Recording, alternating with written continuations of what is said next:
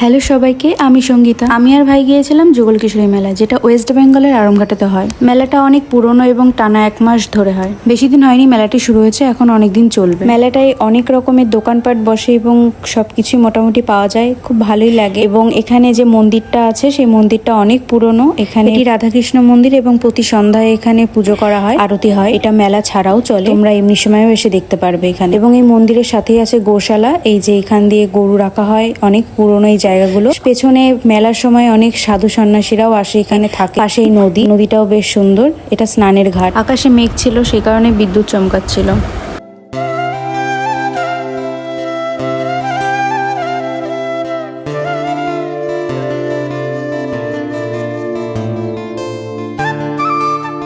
পরপর বেশ কদিন ধরে বৃষ্টি হচ্ছিল, বাট আমরা যে সময় গিয়েছিলাম তখন বৃষ্টি হচ্ছিল না, কিন্তু খুব জোরে ঝড় হচ্ছিল।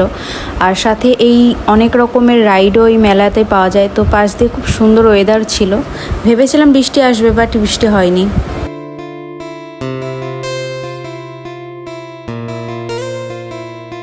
এরপর আমি আর ভাই মিলে টুকটাক কিছু খাওয়া দাওয়া করি এবং আশেপাশে একটু ঘুরছিলাম, কারণ অনেকটা এরিয়া জুড়ে এই মেলাটা হয়। অনেক কিছুই এসছে আর অনেক ভ্যারাইটি জিনিসপত্র পাওয়া যায়, আসবাবপত্র শুরু করে ঘরোয়া জিনিস। মোটামুটি তাড়াতাড়ি করে আমরা সব জায়গায় ঘুরে নিয়েছি এবং আমরা এবার বাড়ি যাওয়ার পথে তো হঠাৎ করে আমার এই কাউটা চোখে পড়ে, যেটা খুব কিউট লেগেছে আমার কাছে। আর এই নাগরদোলনাটা হচ্ছে এই মেলার সব থেকে মেইন পার্ট। ফার্স্টে ঢুকেই তোমাদের যেটা চোখে পড়বে। এবং তারপরে আমরা বেরিয়ে আসি, গাড়ি পার্কিং করা ছিল, সেখানে এসে আমি কিছু ফটোশুট করছিলাম। যেহেতু মেলার মধ্যে প্রচুর ভিড় ছিল, আমি আর টাইম পাইনি। আর একটা চুড়ি কিনেছি, সেটা আর কি প্যাকিং করা আছে, আমি আর দেখাতে পারলাম না, পরে দেখিয়ে দেবো কোনো এক সময়। তাহলে ভিডিওটি দেখার জন্য ধন্যবাদ। আজকের মতন টাটা।